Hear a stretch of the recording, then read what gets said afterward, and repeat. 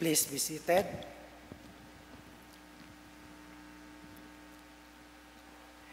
Today's proclamation of the Word of God is in the first epistle of Paul the Apostle to Timothy, chapter 4.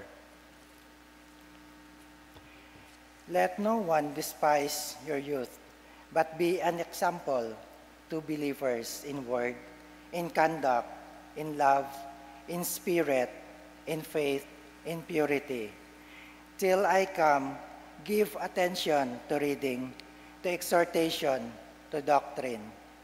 Do not neglect the gift that is in you, which was given to you by prophecy, with the laying on of the hands of the eldership. Meditate on these things. Give yourself entirely to them, that your progress may be evident to all. Take heed to yourself and to the doctrine. Continue in them, for in doing this, you will save both yourself and those who hear you. The word of the Lord. Thanks be to God. Please stand for the responsorial psalm. And let our response be, how great are the works of the Lord altogether. How great are the works of the Lord. The works of his hands are verity and justice. All his precepts are sure. They stand fast forever and ever, and are done in truth and uprightness. Response. How great are the works of the Lord. He has sent redemption to his people. He has commanded his covenant forever. Holy and awesome is his name. Response. How great are the works of the Lord. The fear of the Lord is the beginning of wisdom. A good understanding of all those who do his commandments. His praise endures forever. Response. How great are the works of the Lord. Glory be to the Father, and to the Son, and to the Holy Spirit. As it was in the beginning, is now, and ever shall be, world without end. Amen.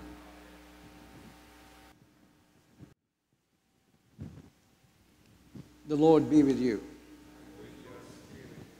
The Holy Gospel of our Lord Jesus Christ according to St. Luke. Glory to you, Lord Jesus Christ. We are reading from chapter 7, verses 36 to 50. Then one of the Pharisees asked him to eat with him. And he went to the Pharisee's house and sat down to eat. And behold, a woman in the city who was a sinner, when she knew that Jesus sat at the table in the Pharisee's house, brought an alabaster flask of fragrant oil, and stood at his feet behind him, weeping. And she began to wash his feet with her tears, and wiped them with the hair of her head. And she kissed his feet, and anointed them with the fragrant oil. Now when the Pharisee who had invited him saw this, he spoke to himself, saying, this man, if he were a prophet, would know who and what manner of woman this is who is touching him, for she is a sinner.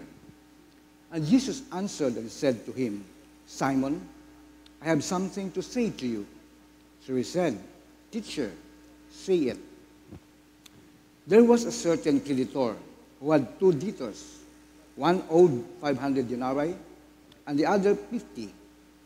And when they had nothing with which to repay, he freely forgave them both. Tell me, therefore, which of them will love him more?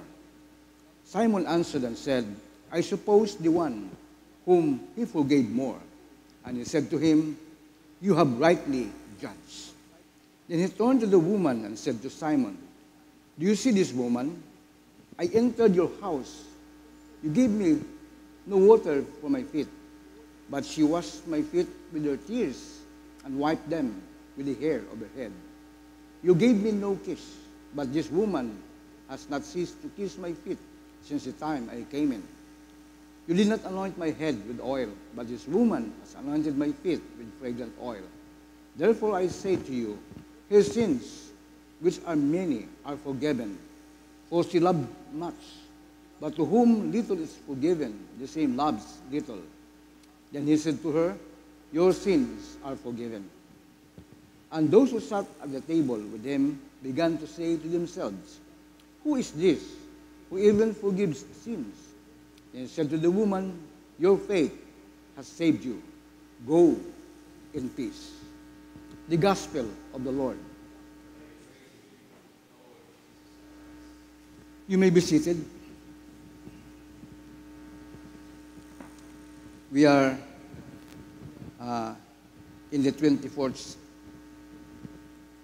Sunday or week in ordinary time, and I suppose that everything is going well as we become natural in following the word of our God. The passages of our scripture this day will emphasize to us that we must be sincere and humble in inviting God to enter into our lives with a heart that is ready to surrender to Him. I would like to repeat this again. We must be sincere and humble in inviting God to enter into our lives with a heart that is ready to surrender to Him. The gospel reading to us will give us 4 characters. One, of course, is our Lord Jesus. The other is the Pharisee who invited Him. The third is the woman who, according to the Pharisee, is a sinner. And the fourth are peoples who are with the Pharisee. This might be other visitors, his family, and his servants.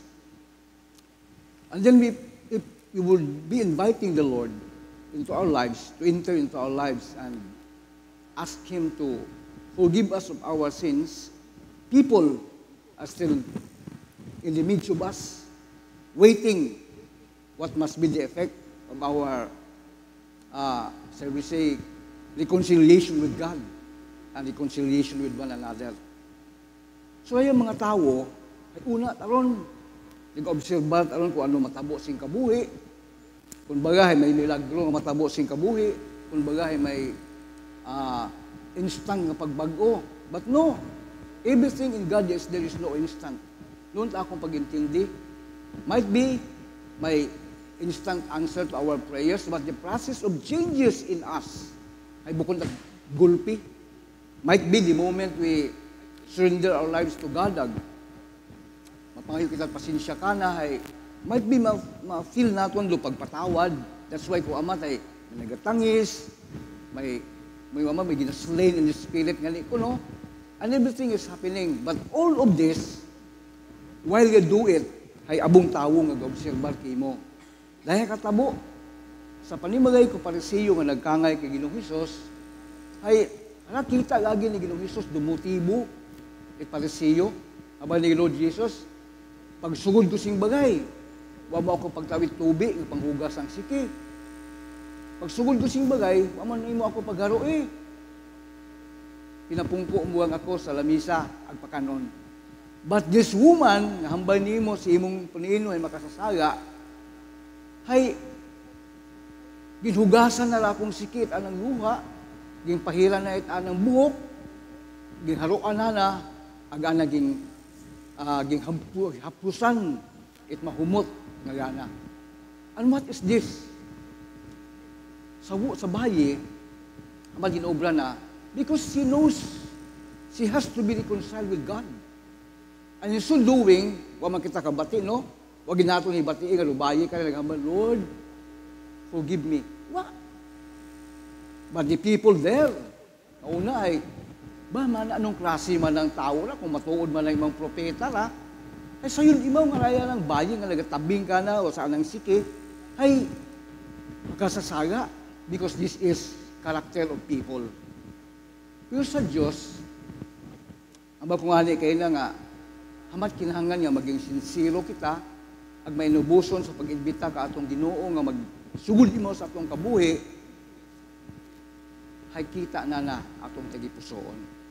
Might be, people nga ga-observe baray, ay nagahinusugod man na imaw, ay gabuot yun man na imaw, etc. Ay gamaya din man na imaw, agaan ang pagpangabuhi, ay nag-submit yung man mo sa Ginoo. Doon hambagit mga tao, nag-obserbar, but to God,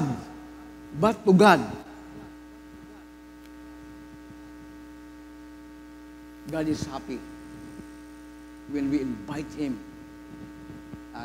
Pasugtan natin imaw na magdomina sa atong kabuhi. Pasman sa isang kaokasyon, when the owner of the house who have invited you, pasugod ka pa kay ginasuwang-suwang ka sa kwartahan, ginaguyod ka kung sino ka dapat mapungko. Kung imo obserbahan, you are most welcome. Pero kung sumangdo ka sa bagay at tao, na nagkangay mismo kimo, mudun ka mo lang, but sa, casual it, abaga, it's up to you to continue. Pero kung naila ka nga mag-join, insa ka. Kung wakat naila, uli ka tigol. Doon yung katabo.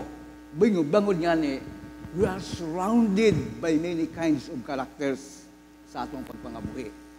But God is not like human being. Atong Diyos, ibukon at tao nga mag-obserba nga tayo sa tao. Gusto at Ginoo, lumutibo ka atong tagipusoon na nagagapit kita ka na is because we wanted to be reconciled with Him. Ang naila atong Ginoo nga maggapit kita kana nga nagahinusol. Naila atong Ginoo nga maggapit kita kana nga atong motibo ay sincero nga nagapangit bulig ang kapatawaran ka atong kasag-angan. Bulig nga makapabago katon because nobody can change us except God.